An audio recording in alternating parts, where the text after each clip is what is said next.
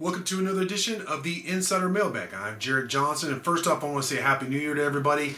I hope everybody was safe, or is going to be safe, depending on when you watch this, on New Year's Eve, and had a good time. And but again, was safe on amateur night, and of course, I hope everyone has a great 2022. I can't believe it's 2022. That's still. I know this makes me sound like an old, but it sounds so sci-fi to me, to be honest. But here we are, 2022. And you know what? We have some good questions here. It's not a large mailbag, but there's some really good questions here. So let's dive right into it. The first one comes from 421JB. He says, what do you expect Tim DeRuyter, new defensive coordinator, and company will do differently on the defensive side of the ball compared to Patterson? He says, am I anticipating them recruiting already big body and frame guys, or like Tech has done a lot in the past, and get them in here and build them up through the strength and conditioning program? Well, let's answer the first question first. Tim DeRuyter, he runs pretty much what most of the defensive coordinators nowadays run. He runs like a hybrid. He runs an odd front, 3-4, 3-3-5 a lot because of just the spread offenses he faces. He runs, what I understand from just watching what I have so far, it looks like a lot of zone defense. He runs a lot of cover three. He'll even drop more guys back. He uses, just like everybody else, he has, the hybrid safety linebacker guy. He can do a lot of things. He can be your seventh guy in the box, but he's also a cover guy. It's pretty standard. There's not like a lot of crazy defensive alignments nowadays or anything. A lot of people are running this because it's been so effective against the spread for the most part. Now, Patterson actually blitzed a lot. I know it didn't seem like that because we're used to seeing the three-man rush not get home, but I think the zone coverages, I think he'll run zone more than Patterson did, though Patterson mixed up stuff. By the end of the season, I really liked what Keith Patterson was doing, to be honest, especially obviously in the bowl game. But Tim DeRuyter, a lot of success, Oregon, A&M, Air Force, he's been all over. So I'm a huge fan of his. I think he was a great hire, and I think he's going to do good things at Tech. Now, in terms of what kind of guys he wants to recruit, I think everybody wants to recruit the guys that already have the size. When you look at what Joey McGuire has already done, him and Zarnell Fitch, the new defensive line coach, they're already bringing in guys that are pretty big and look ready to go. Defensive tackles that are already up to like 290, 280 something, who can easily add weight in this off season and be ready to go. Defensive ends that are like 6'3", 250, guys that, edge rushers that can, they look ready to go athletically and size-wise. Now, they're bringing back a lot of defensive linemen, so it'll be nice to augment what they already have with this influx of new talent. But I think, they want to get guys ready to go. I think in a perfect world, you get guys that already have the body just in case, in terms of weight and everything, and obviously frame. But hopefully you get to develop them. Don't just have to throw them out there. That's a perfect world. But they're there in case you need them if attrition happens, which today with COVID and everything, there's more attrition than ever. So Tim DeRuyter, great hire. Not a whole lot of difference in terms of scheme, other than obviously hopefully when you're going against run first guys, they're going to have enough guys in the box, which we talked about a whole lot. I think he will. This guy's experienced. He knows what he's doing. Definitely bigger dudes to bring in ready to play. OBX Raider wants to know if I think we'll hear anything soon on incoming transfers.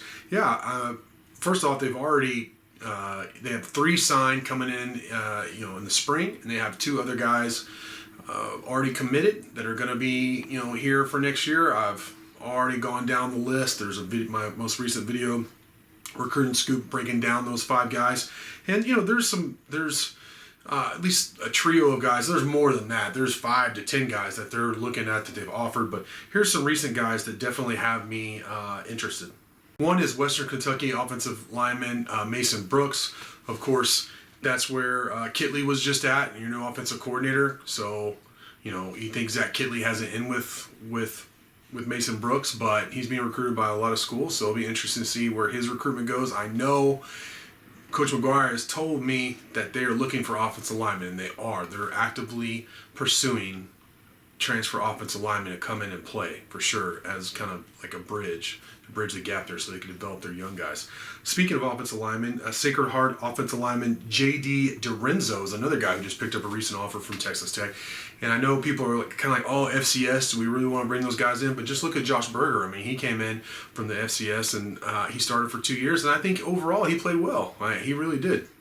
He started a whole season at tackle for you, and then he started at guard and some center for you when you needed to. So there's evidence that it can work, and you can bring in somebody who could really help out your offensive line. And Berger's a perfect example.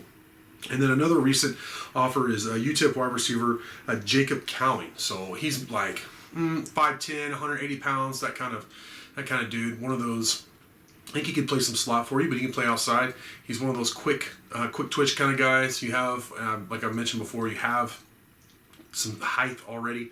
You need some more of those quick, darty, smaller guys, quite honestly, where that DBs can get their hands on.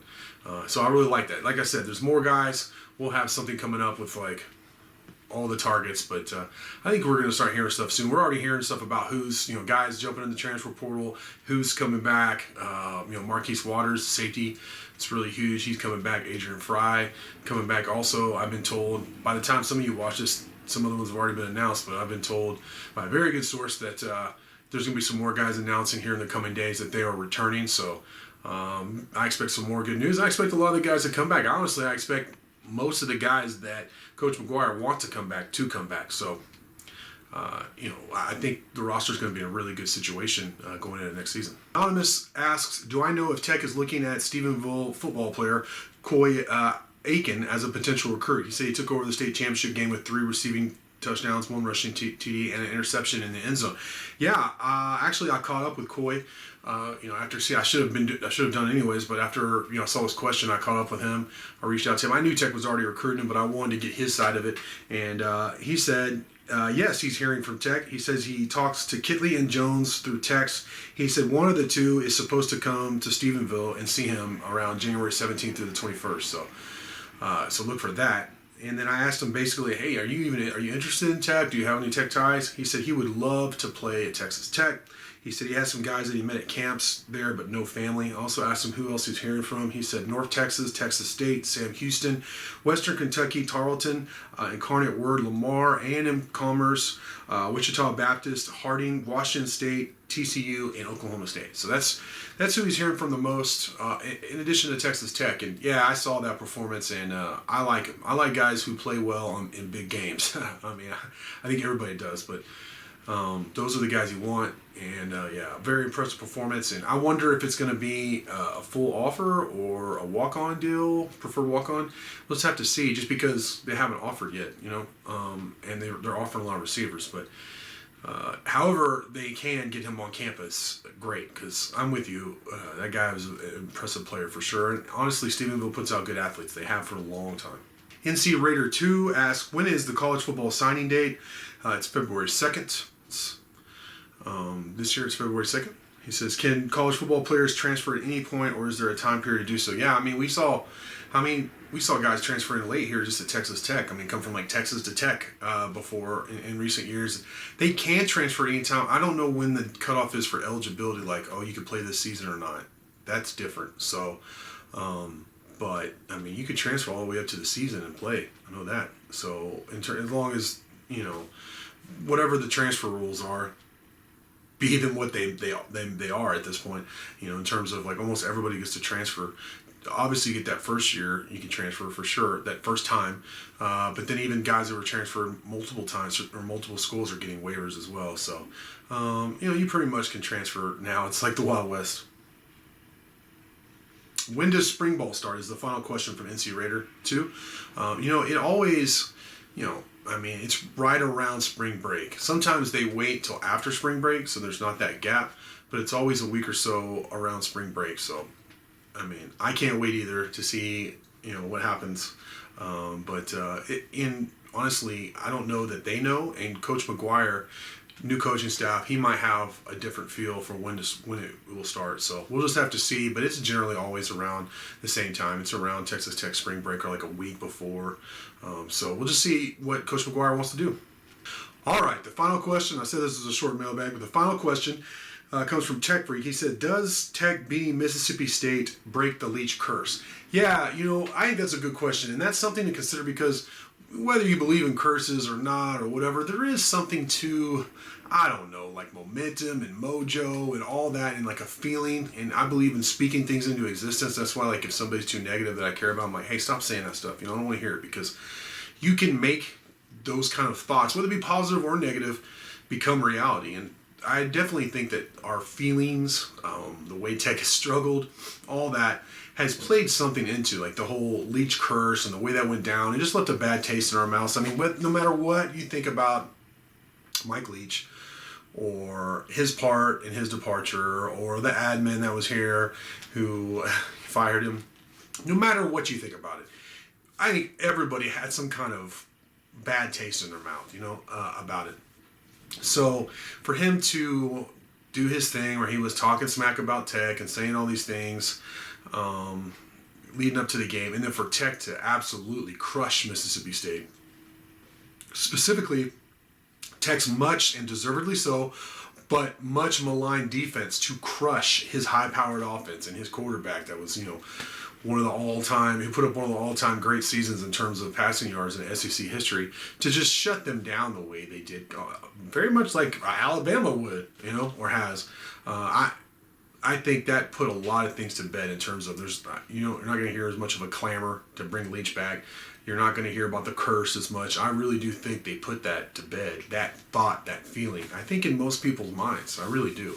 There's always going to be outliers here or there who aren't going to agree with it. But I think for most of us, I don't want to insult other people. For most of us who really care about Tech and follow Texas Tech sports and football, absolutely, it did destroy that curse. And hallelujah, because now we can move on. We got Joey McGuire here, new era. There's some momentum with this program. I really believe there's some good things ahead of us. They have a tough schedule next year, and I still think it's going to take a couple years for the transition of McGuire. But what is that going to look like? Are they still going to be a bowl team? I think so. But I mean, 3 or 4 years from now, if everything goes right, look out. Tech could be a real force in the new Big 12. So I am really excited about that. I'm excited about this curse thing being obliterated. And just for the future of Red Raider football, I think it's going to be really exciting. So with that, I want to thank everyone for their questions. Again, Happy New Year, and until next time.